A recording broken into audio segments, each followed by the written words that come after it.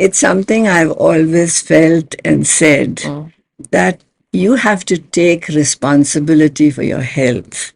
That's true. You can't ignore all the symptoms that you experience, the signs on your body which you see and ignore. You can't ignore your horrible diet. You can't continue to smoke or drink yourself silly and then say, oh my God, I've been so unlucky and God has given me this disease. It wasn't God, It it was was a you. lifestyle, yeah. It was you. So I would like that everybody takes responsibility for their own health and well being. Don't wait till you get sick to go and see a doctor.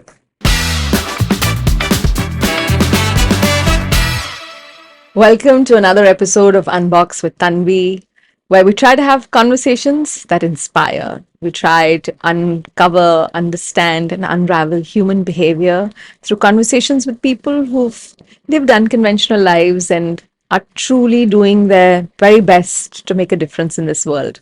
Today, I have with me someone who's making a lot of difference. She's been in health advocacy almost 4 decades. She's been awarded by the WHO. She's an advocate of good health, but specifically, she's helping people not just in India, but around the world as well. She's the chairperson of the Indian Cancer Society. Please help me welcome Mrs. Jyotsna Govil. Thank you. Thank you, ma'am, for being with us here today.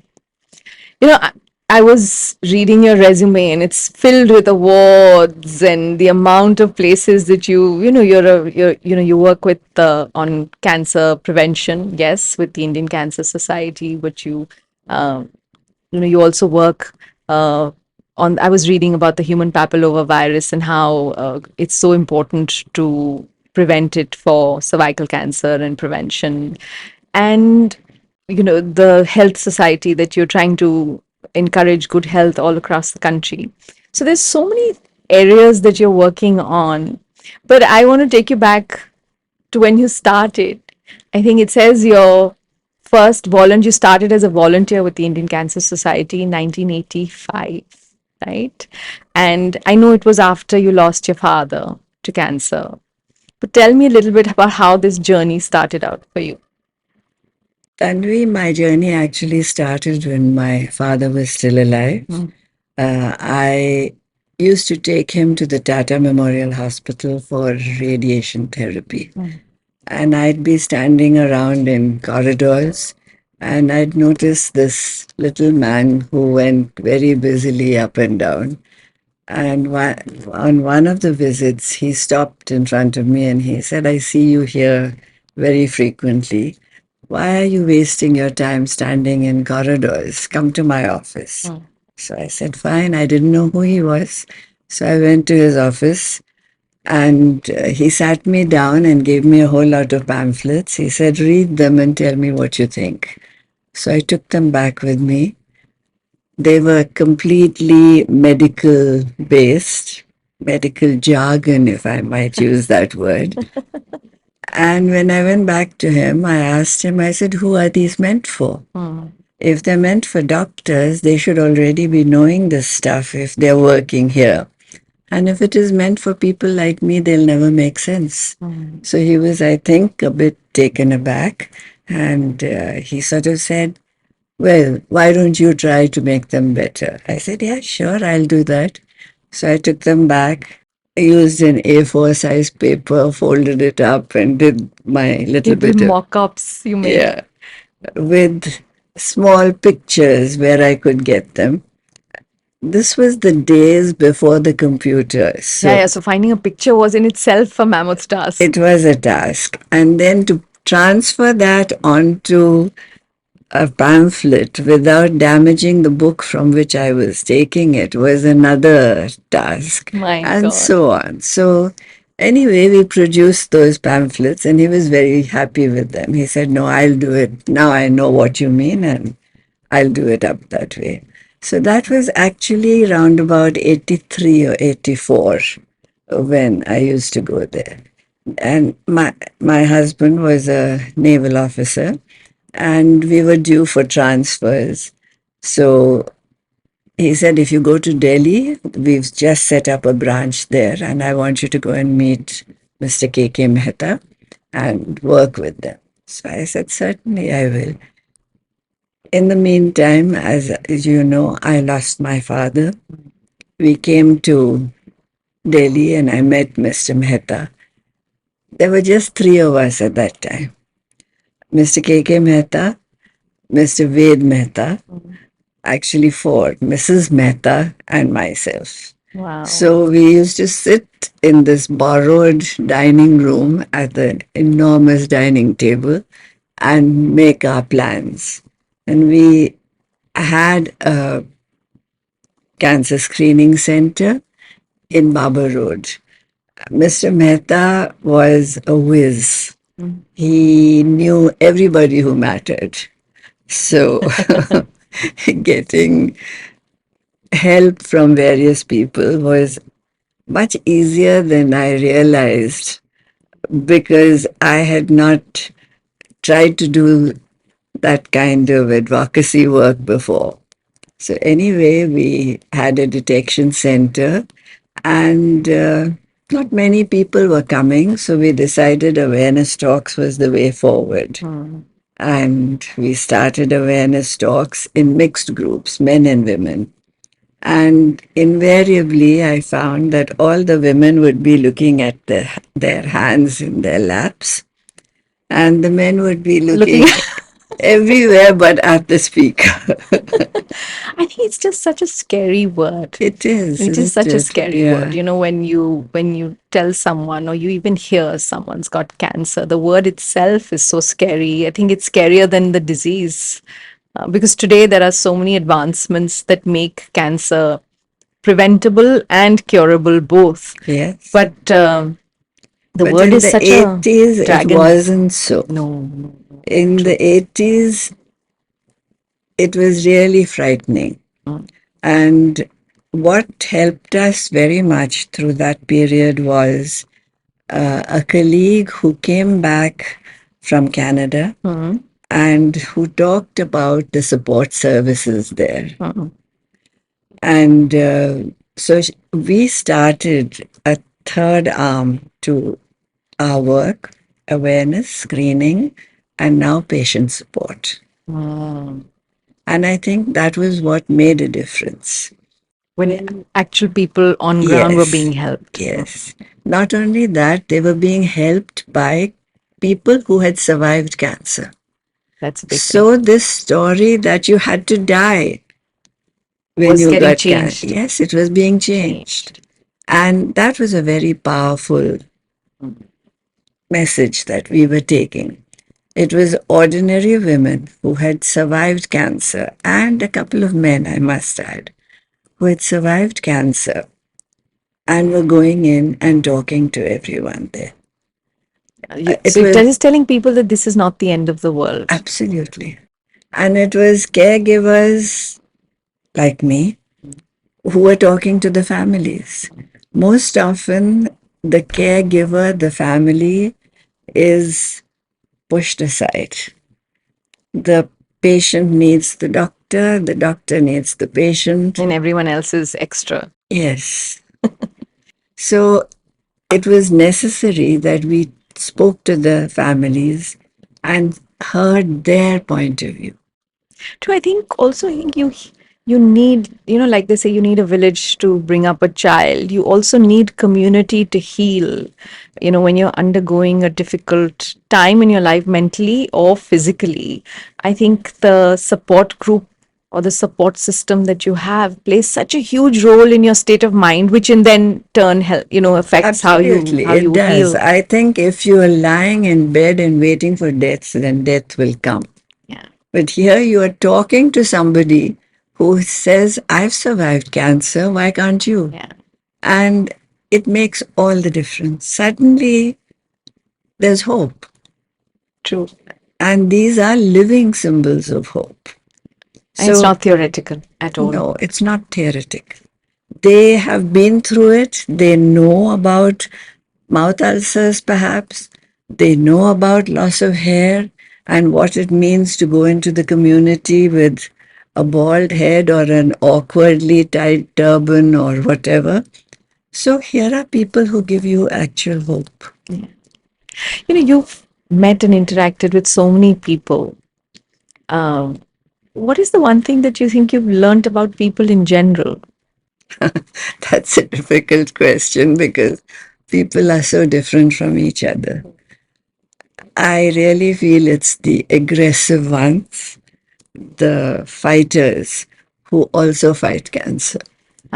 They may be terrible patients, impatient. They might make their families' lives absolute hell, but they will get over cancer. Because they're just born to fight it, saying, I'm not going to Yes, be I'm not defeated. going to be defeated by a silly thing like this. So that was one thing that came across very, very strongly. The other thing was that it's something I've always felt and said that you have to take responsibility for your health. That's true. You can't ignore all the symptoms that you experience, the signs on your body which you see and ignore. You can't ignore your horrible diet. You can't continue to smoke or drink yourself silly and then say, oh my God, I've been so unlucky and God has given me this disease. It wasn't God, it It was was a you. lifestyle, yeah. It was you. So I would like that everybody takes responsibility for their own health and well being. I know my dad used to say, saying that, as a parent, your responsibility to take care of your health is the best gift you can give to your children. Absolutely Otherwise, your right. children will be in and out of hospitals, and your good health is not just for yourself; it's for your family. That's Yeah, right. Yeah. true, true that.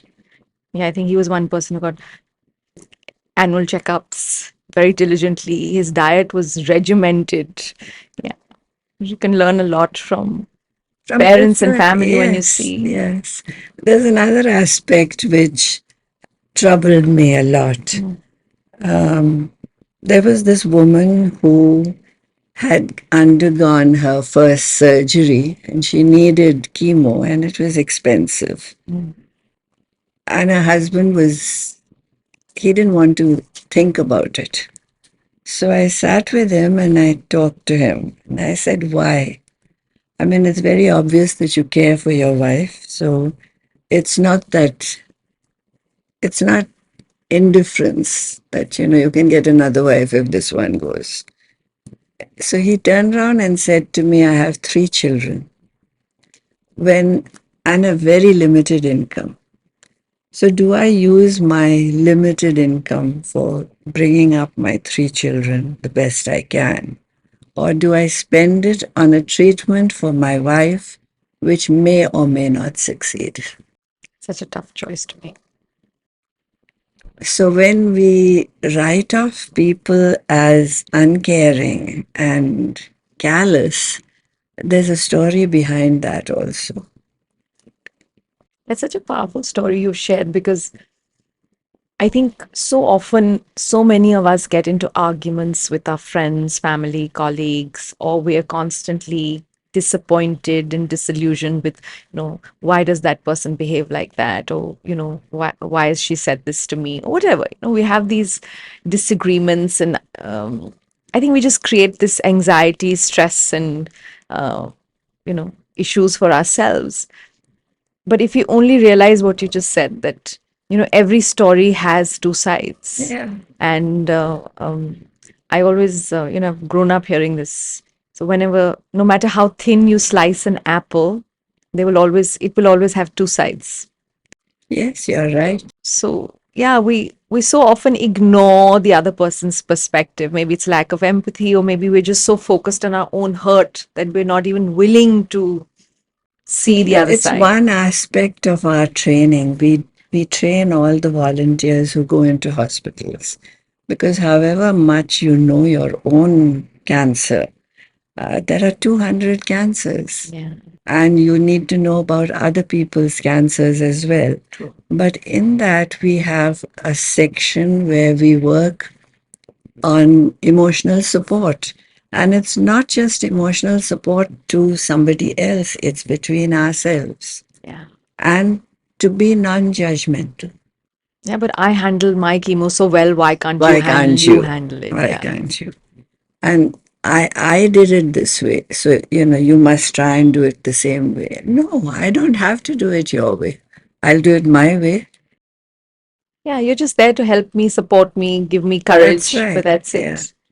Yeah, that's so beautiful. That's so true also. I think that that's true not just of, I think, our experiences with disease and with cancer and with illness, but I think just in life, if we just didn't have that It's judgment, it would not, make so much yeah, easier things easier. it's not easy to put your judgment aside, Yeah, that's true. but it's easy to keep your mouth zipped. Yeah, as long as you can do that, then, Yeah. Yeah. hopefully over a period of time, when you hear enough stories, the judgment goes away because you're just hearing so many Yeah. versions of Yeah. it. So tell me, what is you've probably seen people, close to the end of their life as well. Like, Uh, when you see the end of your life, it gives you perspective that I think life itself can't. The inevitability of the end can sometimes open doors in our mind that life hasn't yet. So when you've interacted with people who are close to their time of passing on, what are some of the biggest regrets people have shared with you? And there's a selfish reason for asking this, because if we know what the regrets of the dying are, maybe we can live better. It's what I said to you at the start that you can't make a general statement on that. Every person has their different regrets. Of course, everyone feels that if only I had done it this way, maybe I would not be here. If only I could make up with an estranged relative, a child, somebody like that. And sometimes I feel that when a person is dying, they still hold on until someone whom they want to meet or hear is actually in front of them. And when that person comes there, it's a release. I can go. There's like this sense of completion that Yeah. comes. Yeah, we hear that so often, maybe sometimes in stories, movies, and even in real life, where person's holding on, and then this one individual, a son, a friend, a pet, even somebody comes, and there's almost this sense of closure and saying, okay, now I can go. And you're saying that you've seen it in real life very often. Yeah. It's not just stories. And it's also, I think the what is important there is for that person to give the dying the permission to go. That is so profound. That is so profound. We all think that we can solve the problems of the world by just being alive. But if that relative or that friend or whoever just says, look, you've done your bit, relax, you can go.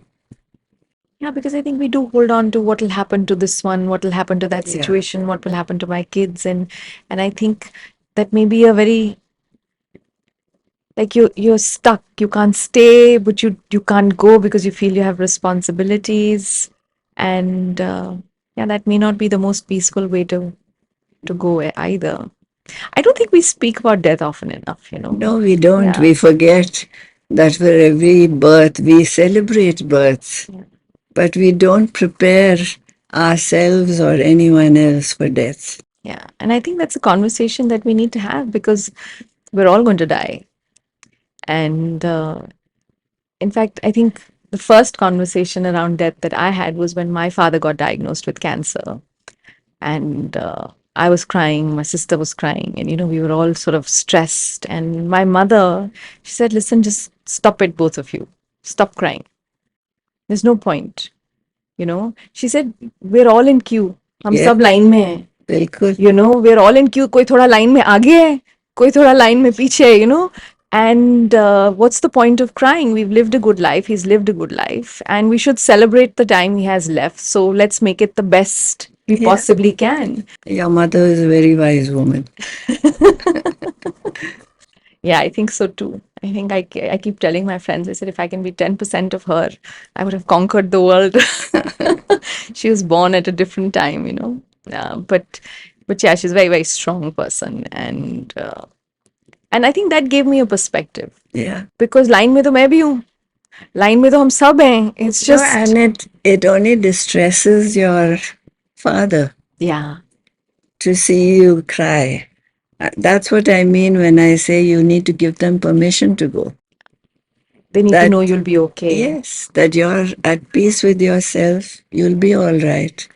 Yeah, I think death is a discussion that's worth having and having peacefully. Yes, Not necessarily, I don't know whether we're evolved enough to have this discussion joyfully, but we can definitely try and do it peacefully and not you feel know, sad about it. yeah, I'm not sick. Yeah. Okay, I'm perfectly fine, good health, touch wood. Uh, but when I broach the subject of death, what will happen after me, I know it makes my children angry. Why are you talking about your death? Well, I'm 80 plus.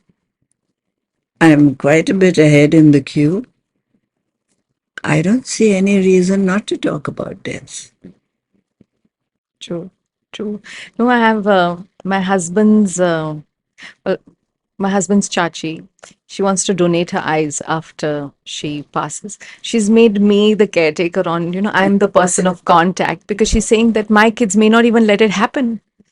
And organ donation is also such a, I think it's connected, huh? It's taboo and it's connected to, you don't want to talk about death, so you can't talk about organ donation as a result because then you have to discuss what will happen after me. And we're not even looking in that direction. No. We've got our head in the sand and saying, I don't want to talk about it. But I think it's so important if you can help somebody on your way out.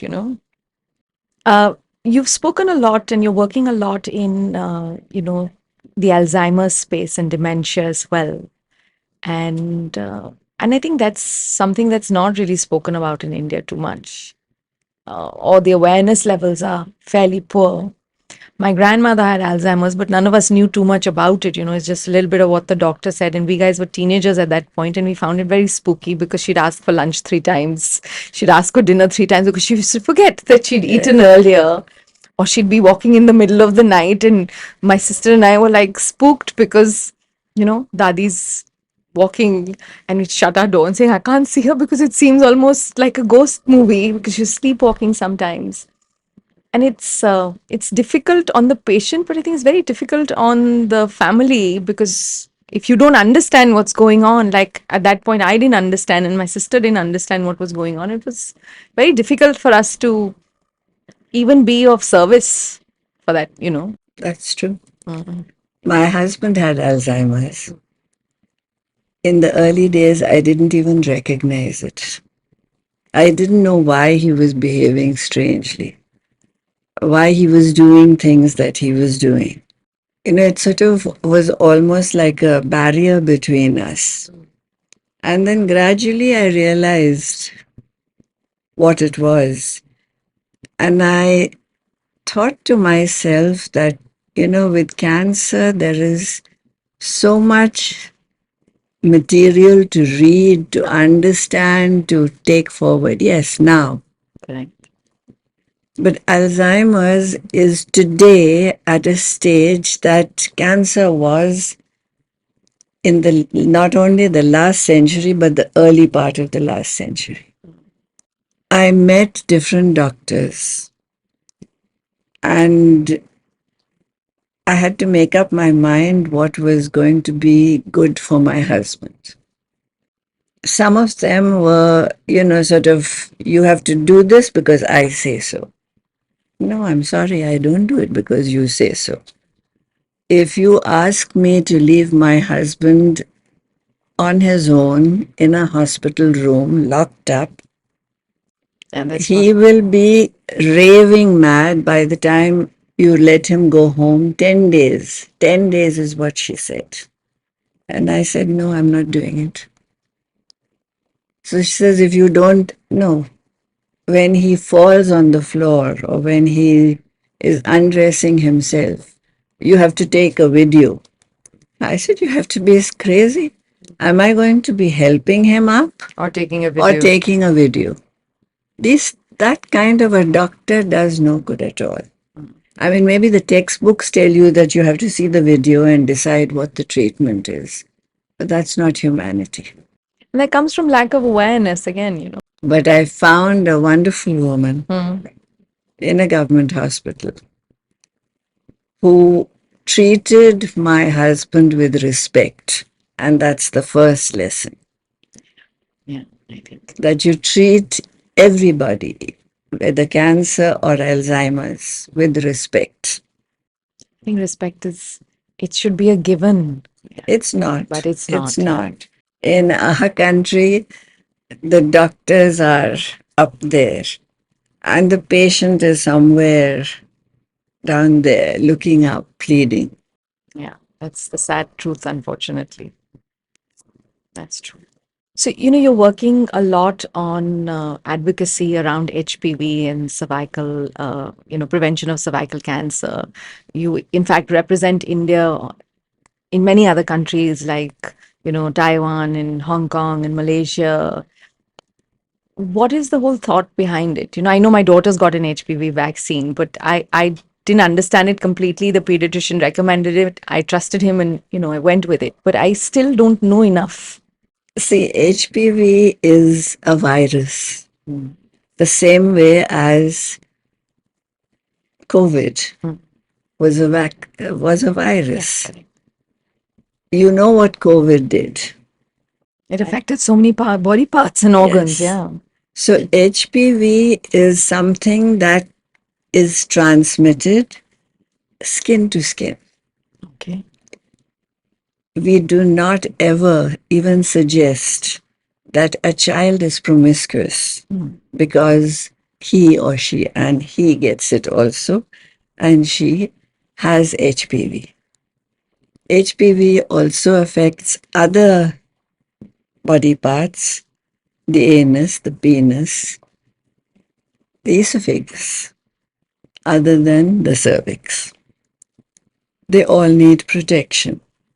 And if a simple injection can do that, Then why not? why are we running away from it? It's true. One The reason. young boys should get it as well, I think. Yes, But yes, it's only recommended for girls somehow. yes, because the scale of the problem is so big. If we were to vaccinate every girl child between the age of 9 and 15, can you think of how many millions Wow. we would need to do? So while we advocate that the government should be putting it on the Mandatory childhood, charts. yeah, the childhood vaccine program, and giving it free of charge to everyone, we know it's going to take a long time to happen. But at least journey has to start somewhere. The journey has to start. And the journey always starts with an understanding of what you are doing and why you're doing it. It's true. Yeah, yeah. I think that's very important. What So and why both are our important. message is vaccinate the daughter, screen the mother, bring them in together so they both understand what they're doing. Wow. Understood. Got it. You work with so many people who, well, I think let me put it another way. You are put in such difficult situations. Some of them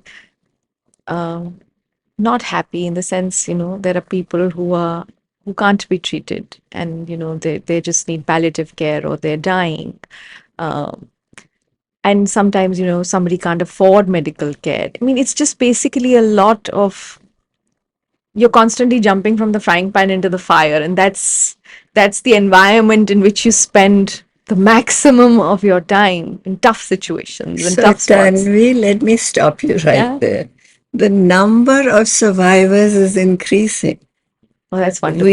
We celebrate Cancer Survivors Day on the first Saturday of February.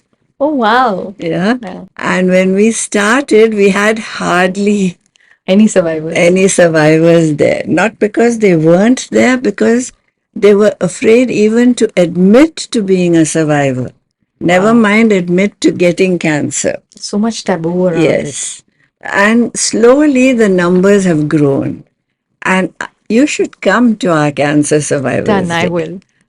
It is such a joyous occasion. We don't talk cancer, we talk life. We That's so wonderful. celebrate life. In fact, that was a question I was going to ask you. How do you keep or stay positive in the face of such difficult circumstances? But I think you've answered it. I think that we have to stay positive. We have to give hope. Yeah. If we decide to sit down and weep, we'll destroy them. Yeah. So our weeping is It's for the under the bathroom. shower. Yeah, it's in the bathroom. Yeah. That's true. Yeah.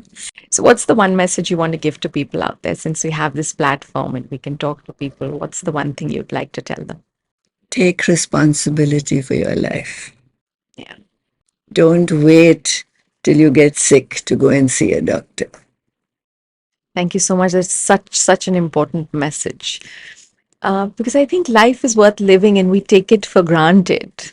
So, that's what Jyotsna ji's told us, take responsibility for your life and don't take it for granted. Thank you so much for being with us here today. It's been an absolute honor to have you. Thank you so much. That's all from Unbox with Tanvi, and we'll catch you again on another episode.